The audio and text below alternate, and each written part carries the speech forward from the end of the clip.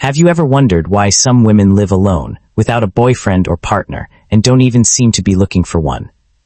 It's not about loneliness, a lack of options, or a broken heart. It's something far more uncomfortable, unsettling, something that dismantles everything we've been taught about what it means to be a woman. Because when a woman chooses solitude, she doesn't lose herself, she finds herself. And such self-discovery doesn't come with applause, likes, or company.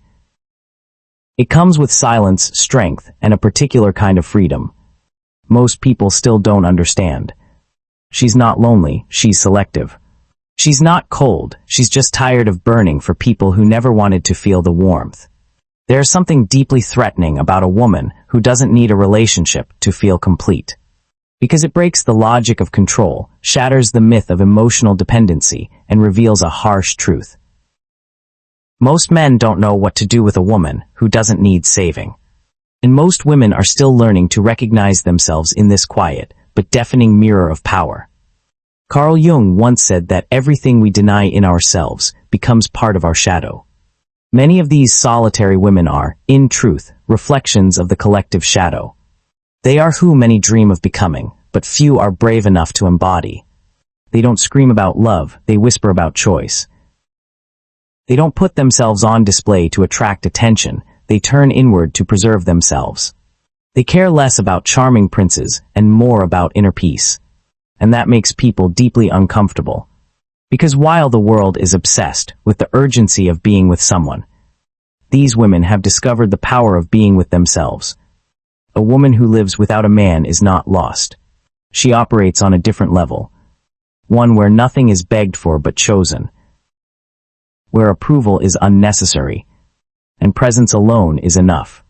Perhaps that's why she draws so much criticism, so much judgment, so many attempts to label or fix her. But what many still fail to see is that behind her seeming absence lies a presence, one that expands, confronts, and challenges the emotional status quo. She doesn't want just any kind of love. She wants something that won't break her. And until that comes, she'll remain whole, sovereign, grounded. Maybe you don't understand that yet. Maybe you think it's pride or disguised emotional damage. But deep inside, very deep inside, there's a question pulsing in you. What if this silent path is the only one that leads to the most important kind of love, the one that starts with you? Solitude isn't emptiness, it's sanctuary. Those who don't understand the value of this space call her cold, detached, or arrogant. But few see that she built this fortress not to shut the world out, but to avoid losing herself. Carl Jung also said, what we don't face in ourselves, we eventually project onto others.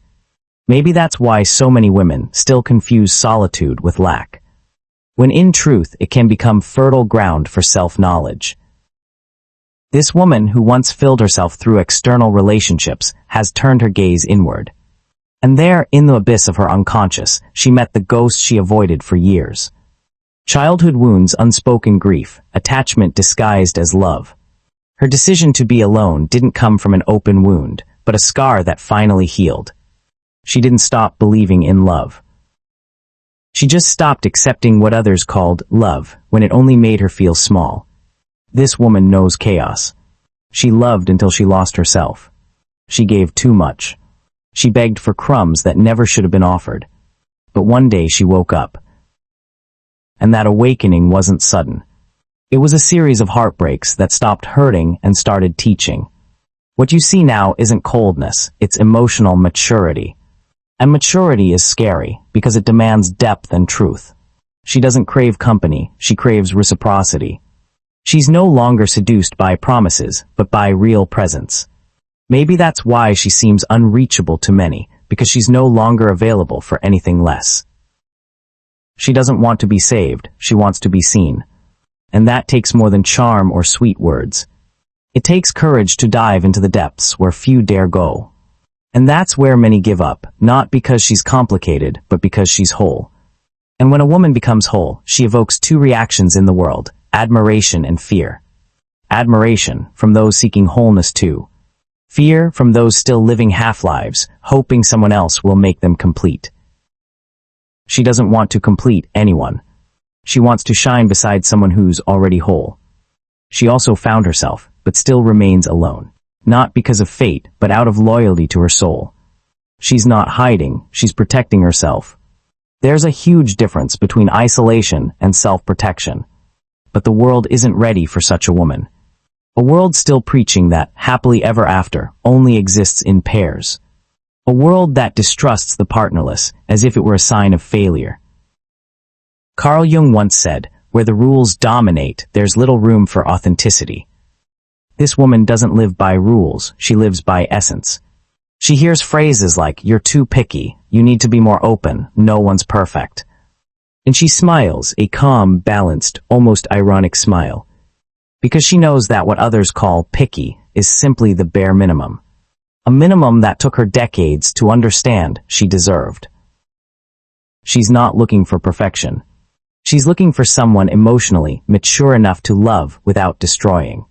Someone who's done the inner work she's already faced. And let's be honest, you won't find that in just anyone. The discomfort she creates doesn't come from what she says, but from what she represents. She's living proof that happiness doesn't require dependency. And that unearths every insecurity in those who feed off female self-doubt. She's not here to challenge anyone, she simply exists. And the authenticity of a liberated woman is a brutal mirror to those still living in chains. She's in no rush. She doesn't need to please anyone. She respects her own pace. And that alone enrages a society addicted to instant gratification. She wants depth, while the world seeks distraction.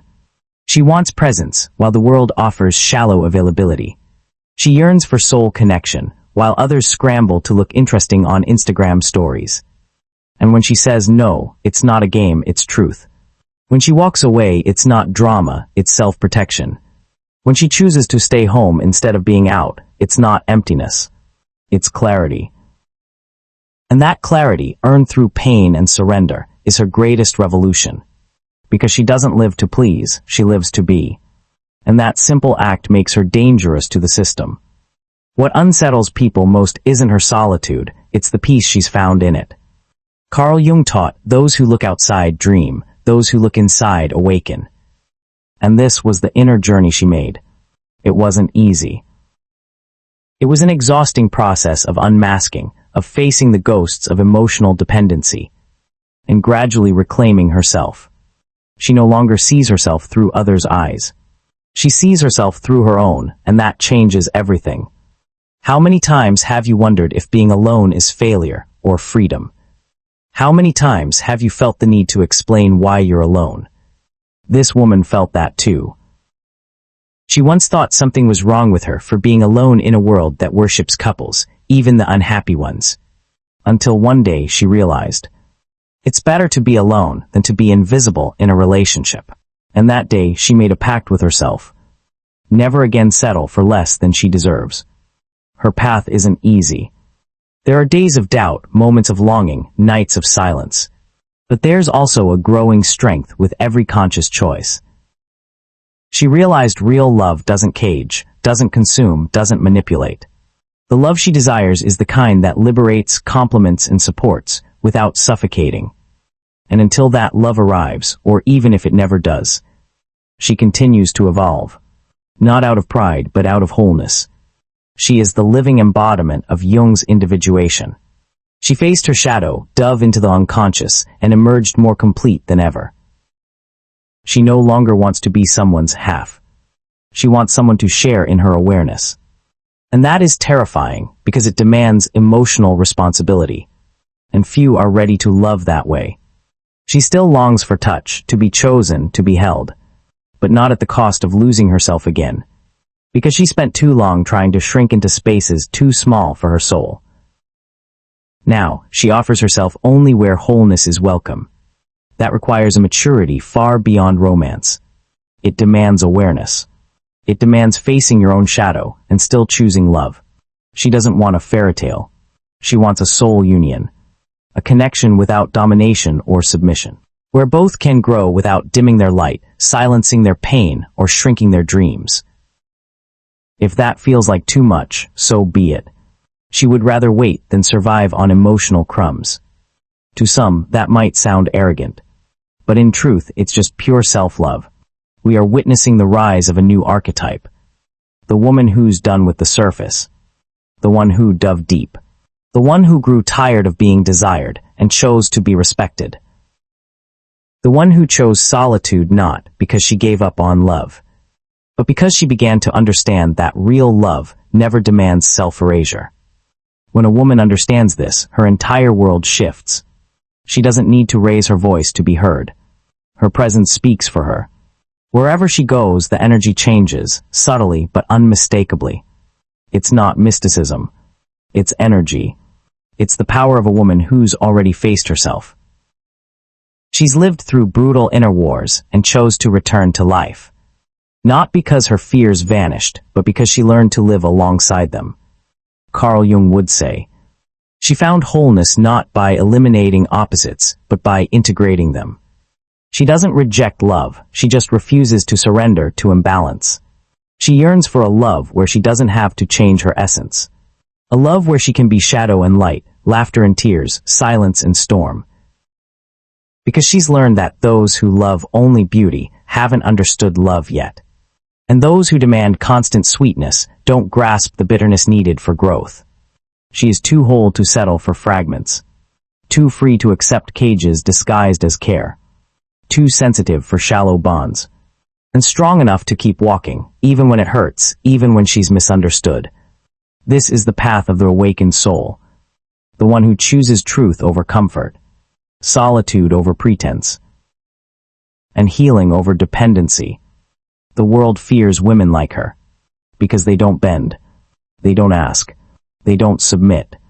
They disrupt old patterns, tear down silent emotional contracts that once dictated a woman's worth by her relationship status. And when she tears them down, when she rewrites her story, she inspires others. And that's dangerous. That's revolutionary. So she keeps going. Sometimes with tears. Sometimes with her head held high. But always with her feet firmly grounded. Because now she knows. She's not alone. She is with herself. And after everything she's been through, that is more than enough. The love that comes after this won't be salvation. It will be celebration. It won't fill her. It will overflow.